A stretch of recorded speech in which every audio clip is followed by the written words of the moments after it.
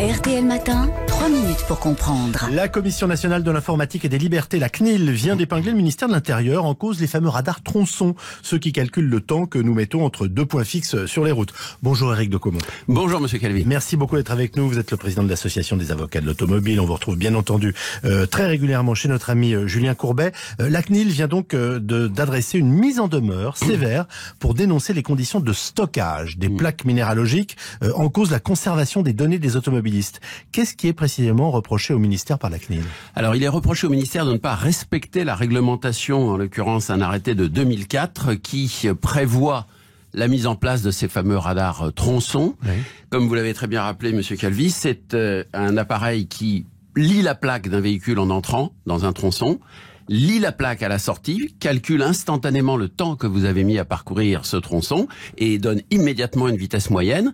Si la vitesse est supérieure à celle autorisée, immédiatement aussi, le numéro est relevé, un procès-verbal est établi et des poursuites sont engagées. En l'occurrence, en quoi la conservation des données, puisque ce qui est en cause, est-elle problématique? Ce qui est problématique, il y a deux niveaux. Il y a premièrement le niveau de la conservation, du délai de conservation des données. Cet arrêté dit très clairement la chose suivante, lorsqu'aucune infraction, et c'est là la première surprise, parce que vous, moi, tout le monde, on se disait, s'il n'y a pas d'infraction, il n'y a pas de mise en mémoire de mon numéro, puisque je n'étais pas en infraction, ce n'est pas retenu. Eh ben si, tous les véhicules qui passent ont leur plaque qui est mise en mémoire, et c'est expressément prévu par le décret, c'est ça qui est surprenant.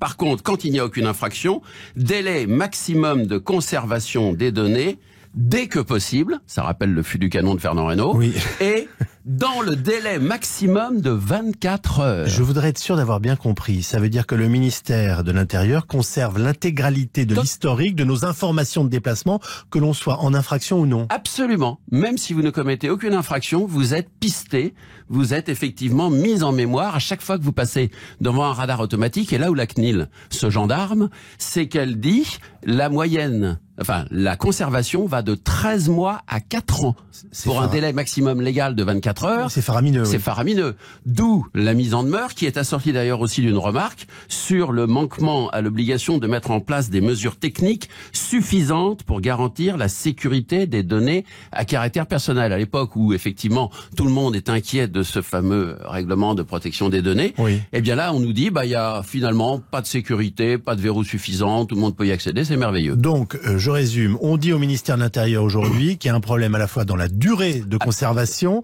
mais aussi dans le manque de sécurité du stockage. En gros, que n'importe quel hacker peut aller, peut aller faire un petit tour et savoir exactement qui a fait quoi, comment et à quel moment. Vous vous êtes déplacé pendant 1 an et demi à 4 ans, alors que normalement c'est 24 heures quand vous n'êtes pas en infraction. Je trouve déjà personnellement surprenant que quand on n'est pas en infraction, on soit effectivement mis en mémoire de quoi que ce soit, puisque par définition on n'a pas lieu d'être fiché, d'être fliqué d'une façon ou d'une autre. Vous qui connaissez le fonctionnement de toutes ces machines, alors en l'occurrence administrative, pas uniquement celle qui nous flash, que vous connaissez par ailleurs très bien, qu'est-ce qui va se passer selon vous?